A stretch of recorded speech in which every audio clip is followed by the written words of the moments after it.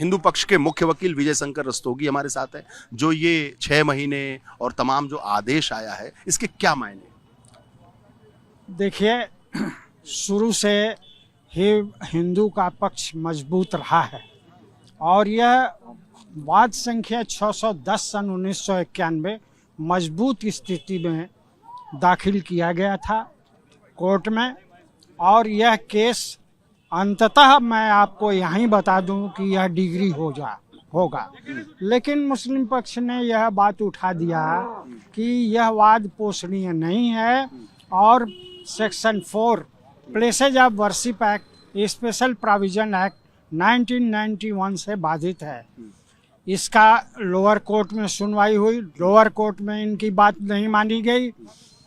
हिंदू पक्ष के में अपना आदेश दिया।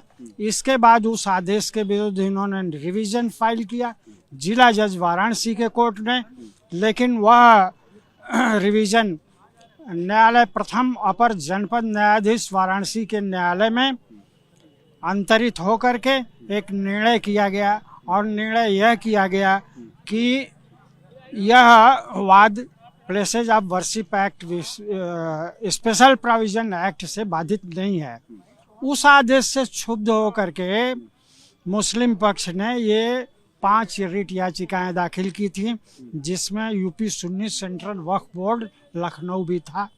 2 रिट याचिकाएं उनकी, 3 रिट याचिकाएं अंजुमन इंतजामिया मसाजिद वाराणसी की थी।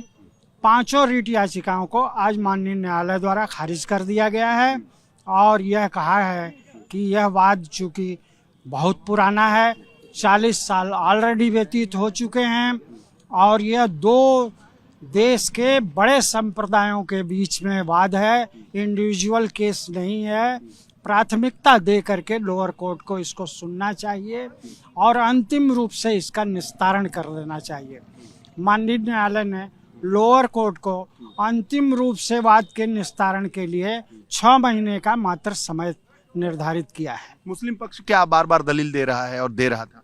मैंने यही कहा ना कि उन्होंने कहा कि प्लेसेज ऑफ वर्शिप एक्ट से बाधित है। कोर्ट ने यह पाया है कि किसी भी धार्मिक स्थल का डुअल कैरेक्टर नहीं हो सकता, केवल मंदिर होगा या मस्जिद होगा, लेकिन उसके निस्तारण के लिए, निर्धारण के लिए कि उसका धार्मिक कैरेक्टर क्या है, इसको साक्ष्य की आवश्यकता है।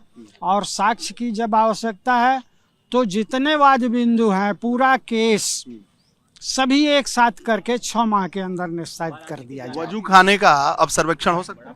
वजू खाने के सर्वेक्षण के समय संबंध में कोई सीमा माननीय न्यायालय द्वारा निर्धारित नहीं की गई है, इसलिए वह भी शामिल है। और उत्खनन करने के लिए भी एएसआई को दिया गया डायरेक्शन भी प्रभावी है। ये दोनों कार्य होंगे। बहुत महत्वपूर्ण बात कह रहे थे विजय शंकर रस्तोगी, जो हिंदू पक्ष के मुख्य वकील है। कह रहे हैं कि जो फैसला आया है उसमें उत्खनन भी हो सकता है और वजू खाने का सर्वेक्षण भी हो सकता है।